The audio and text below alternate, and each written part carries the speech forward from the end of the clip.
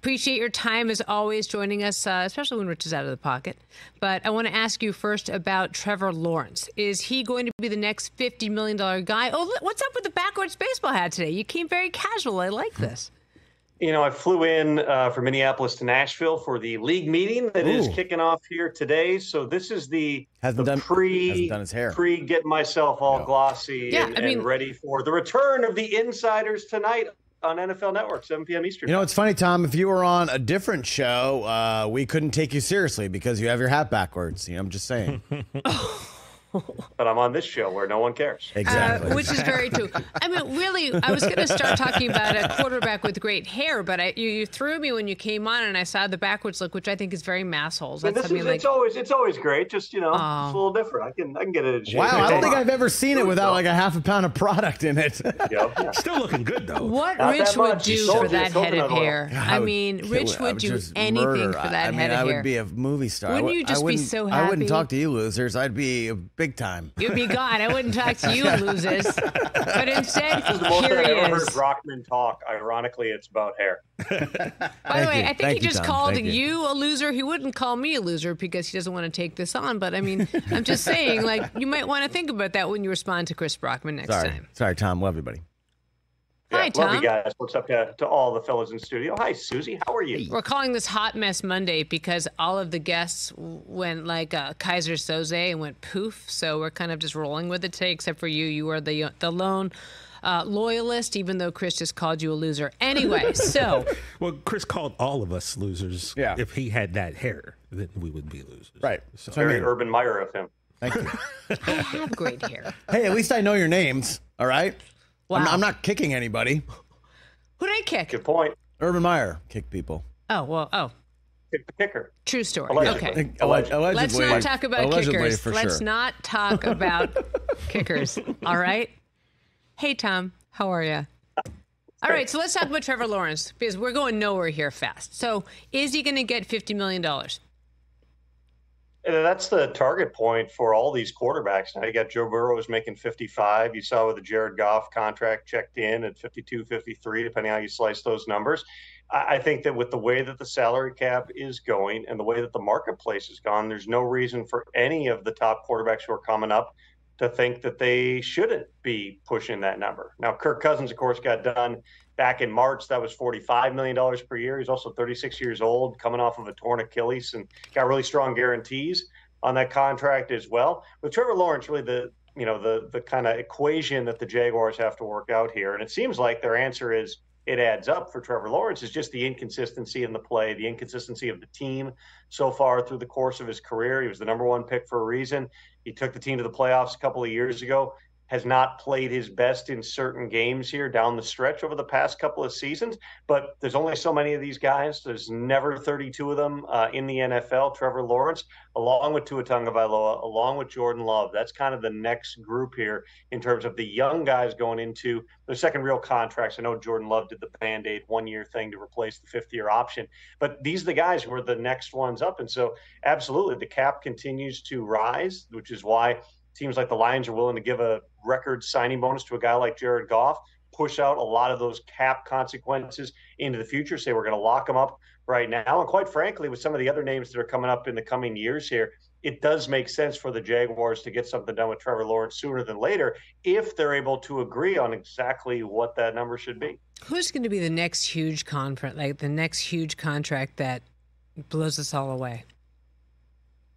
I mean, I'd say it's Dak Prescott, whether that ends up being with the Cowboys or somebody else, because he, like Kirk Cousins last year and Kirk Cousins back in 2018, he's the rare franchise quarterback who, as of now, nothing's done. They could still work something out here at some point. But as of now, he's looking like he's going to hit unfettered free agency next March. And so by that point, the aiming point, well, could be the first $60 million quarterback. That all presumes that Dak Prescott continues to play at a high level. You know, no matter what you think of Dak Prescott, it's hard to make an argument that perennially he's not a top 10, top 8, maybe even top 6 quarterback in the NFL. And Jerry Jones and the Cowboys, for whatever reason, have had the philosophy in recent years here that they're going to always kick the can down the road on these contracts. And what that means is, yeah, you buy yourself more time. And if a guy falls off, if you have a Jalen Smith situation where you pay him and he doesn't play well and you got to cut him, you avoid that. But if the guy continues to play well, and if it's your core player, much less your quarterback in Dak Prescott, the price probably is just going to go up because that's where the marketplace is going to be. I mean, you got a line of guys right now.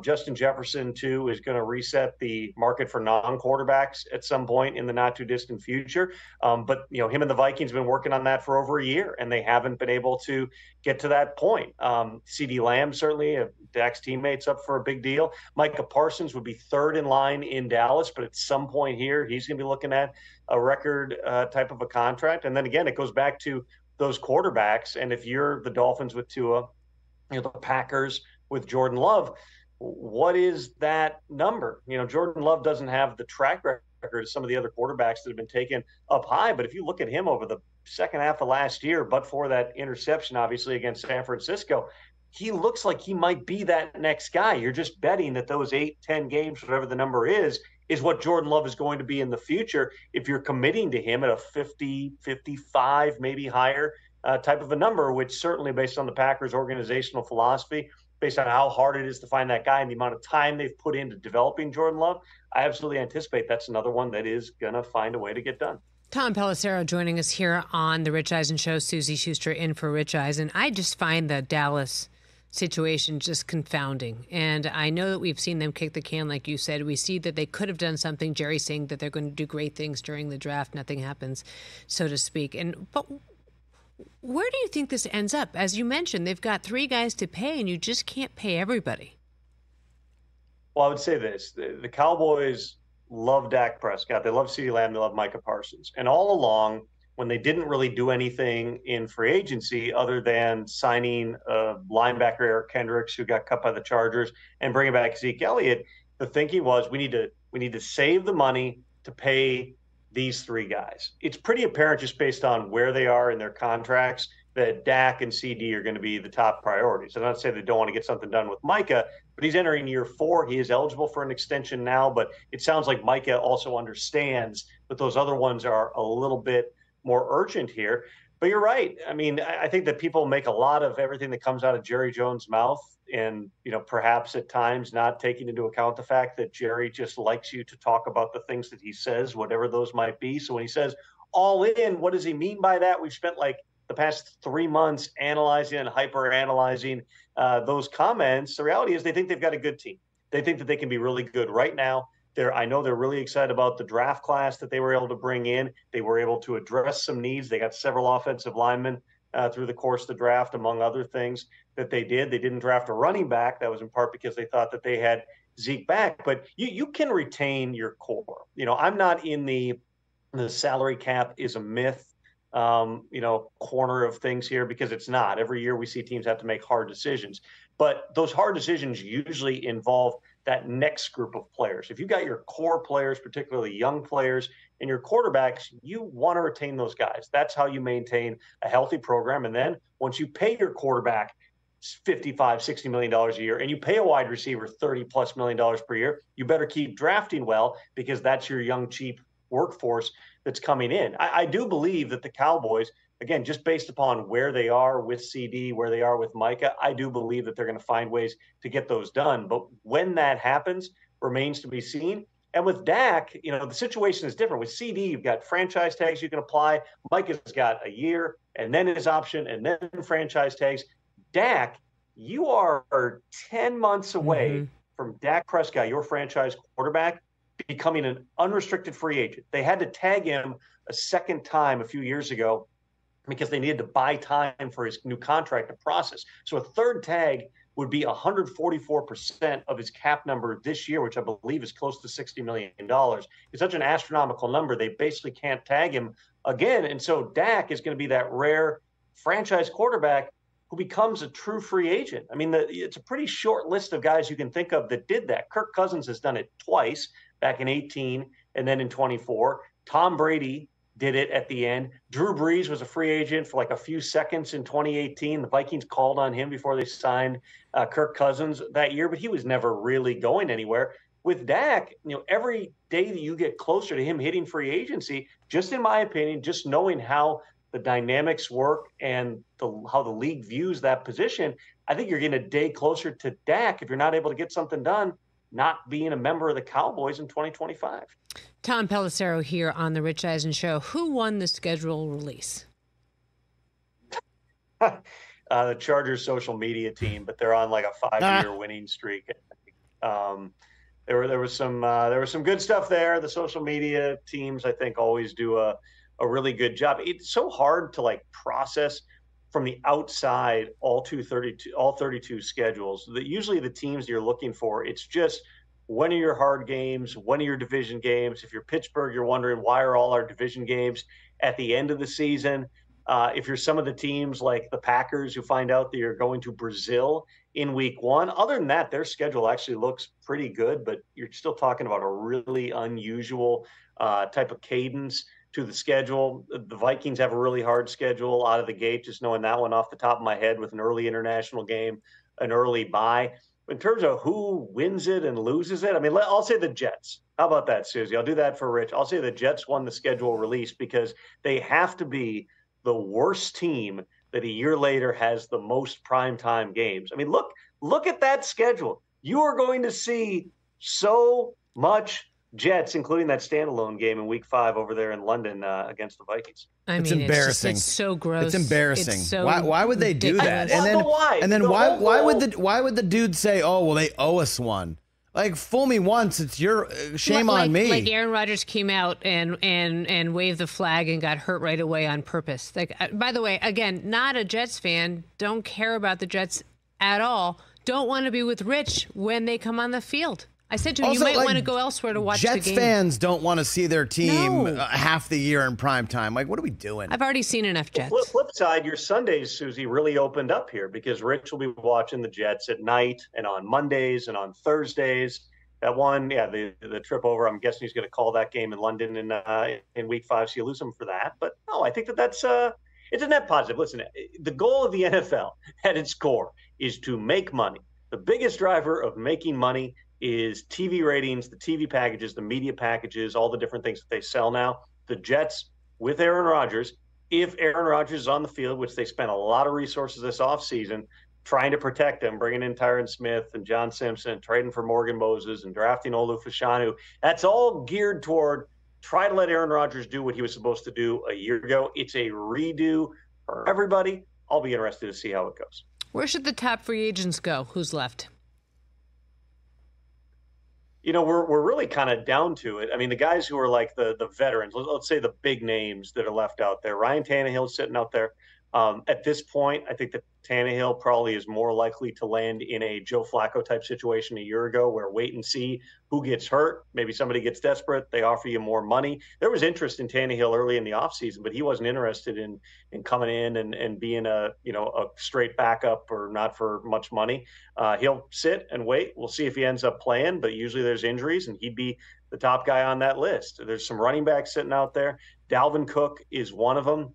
You go back to a year ago when Dalvin was, in the offseason when he got released by the Vikings, which was a little bit after this in the calendar, and then, had different options, ends up with the Jets, disappears there, which had as much to do with Aaron Rodgers' injury, honestly, as anything else, because they couldn't run the ball. They abandoned running the football, and Breece Hall rips off a 70-yard run in week 1, showed his ACL was okay, and they kind of went away from him. But Dalvin still, he's in better shape because he's not coming off of surgery this time around. Miami was the big rumor last year with Dalvin Cook. I wouldn't be surprised if Miami potentially is in the mix for him again this year. You got some older receivers, guys like Julio, Jarvis Landry, who had a workout rather back in rookie mini camps with the Jaguars. I think that, somebody's going to sign Jarvis Landry at some point. He sat out last year, got his body right. Exactly where that is, I wouldn't be surprised if it's in Jacksonville at some point. Just hasn't come to fruition. And then you got guys like, Shaquille Leonard sitting out there, Calais Campbell as well. Stephon Gilmore is a really interesting one because Gilmore, he's in the later stages of his career, but he still was performing at a high level last year. That's another guy that's not back in Dallas. So could he resurface going there? I know there's been a lot of rumors about the Panthers. I don't know that at this point in his career, Stephon Gilmore wants to go into a total rebuild in Carolina. I mean, he's a potential Hall of Famer. He's a former Defensive Player of the Year. I would think, a year after, remember, he basically wanted out in Indianapolis, so they traded him to Dallas because Indianapolis was starting over. I would think that, a contender would make sense for him. So is that a late addition as Jerry goes all in on that Cowboys roster? Certainly a possibility. And before we let you go, what's the storyline that we're not asking you about that you actually think is like the most interesting storyline in this quote unquote off season? Well, in the big picture, it's not a sexy football headline, but there's going to be some discussions here at the spring meeting about private equity investment in NFL teams, which, you look at the way that franchise valuations have gone in recent years. The NFL has always had sort of a short list of here's the pre-approved potential owners, and they can go to that. And they've always had rules in place that, in essence, one person, you can have minority partners, but it's got to be one person who owns the team. That creates a very limited number of bidders. It's kind of like the media deals where for years they had 3 or 4 TV networks that would bid, and you were kind of limited to what those networks were willing to pay. Well, now, why is the NFL selling to Amazon and to Netflix and whoever else they're going to, come up with in the coming years here? Because all of a sudden you've got 10, 15, 20, 50, 100 different streaming services that all look at live sports as one of the only things that people will actually tune in and subscribe for.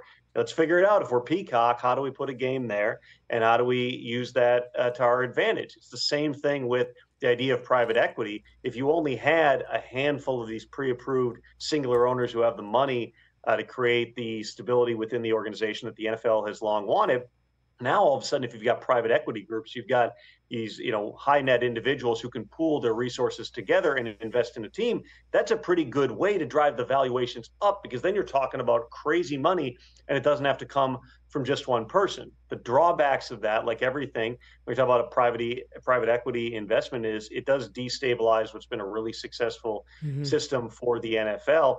You're talking about bringing in a lot of different people. They've got a lot of other investments here.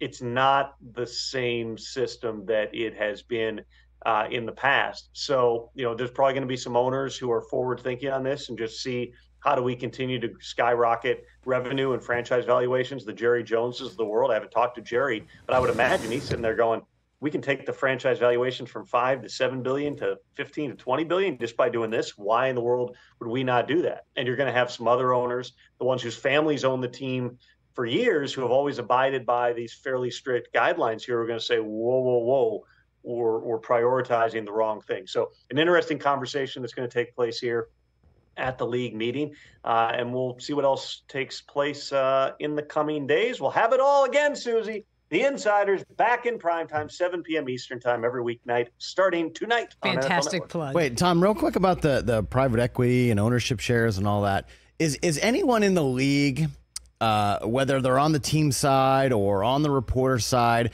are you guys talking about what's going on with the Timberwolves and Glenn Taylor and A-Rod and Mark Lowry? Is that something that you could see possibly happening with an NFL team in the future, where there's just confusion and almost like a take backsies on a sale?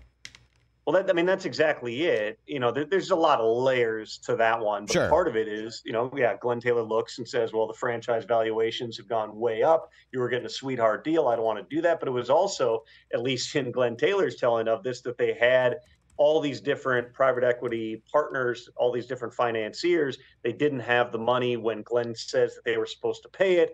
A-Rod and Mark Lowry claim that they did. They just, they had moving deadlines and all this stuff. But that's exactly the type of confusion here. I mean, right now, who owns teams. Like if you go down the NFL, even if you're not thinking off the top of your head, you probably know who owns most of the teams. All of a sudden, then, if it's this conglomerate owns the team, and then, some other businesses that are involved with that conglomerate go south, and now what happens to the teams? I mean, these rules were created at a time where the NFL was not the $20 billion a year industry that it is now, but it was all created that you didn't want to have all these other people involved. You had to have one person who owned X percentage of the team to make sure that person had the financial backing, that there was no chance the team was going to go out of business. No NFL team is going to go out of business, but if you have other financial challenges, and if you have some of the issues that other industries have experienced with private equity, including the media industry, where at some point you have high net worth individuals who are used to getting dividends and getting paid out off the investment. That's not how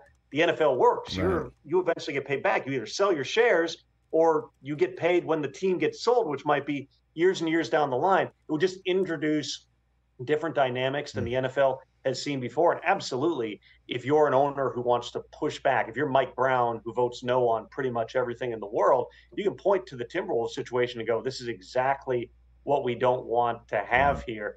Although I do appreciate the chutzpah of Alex Rodriguez to continue to show up front row, courtside seats, cheering on the team. And well, he does. He does own like 31% of the team or something, right? I mean, he's still entitled to do that. Yeah. He does, but there was a very awkward moment of a hug after the game last night on the court. I don't know if you saw it or not. We'll have to find the video. There was a moment they were like, oh, God, is Anthony Edwards actually wanting to hug him back or not? It was a little icky. I'm not going to lie. It was a little icky. All right, last question. Tom Brady, is this finally the week that he becomes an owner? That has been something that I think every meeting, Suzy, for about the past 14 months, we've all heard, okay, this is potentially going to be the meeting. The simple answer is I don't know. As far as I am aware, based on what I've seen, I don't believe that there is a active voting item on Tom Brady becoming a Raiders owner. But there's also these, one per club sessions where it's just the lead owner who's involved. Those are private. There is no agenda that is sent to anybody else. And based on the complexities with Tom Brady and the Raiders in terms of what's the fair sale price for a percentage of the team, which affects the valuation, which affects everybody else's valuations. There's also the working for Fox. It's a broadcast partner. Is he going to be in production meetings with with Jim Harbaugh and the Chargers when he's a part owner of the Raiders? There's different layers to it. So it's entirely possible this is something that is addressed in the one per club session. Will we actually get a resolution? I can't even place a bet on that, not just because I'm prohibited from placing bets on these things, but also because we've heard it every meeting for so long and it hasn't gotten done yet, just because it is really complicated. And then when he comes back in like week 7 and he gets stressed and takes the field, how will that affect his ownership, right? But he's not allowed to. That's the other thing. You're not allowed to have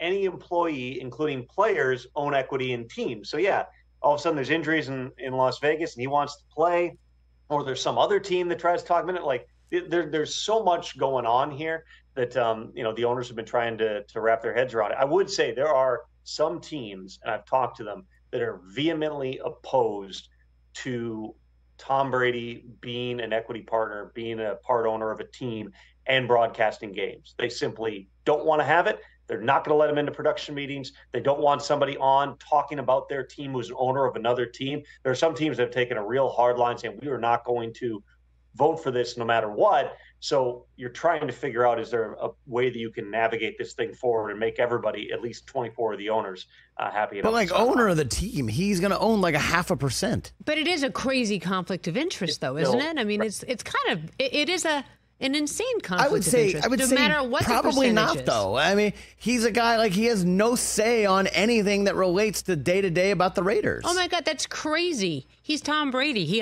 just has to call up and say, oh, hey, it's Tom Brady. Right, I know everything. So here's what I want to tell you about.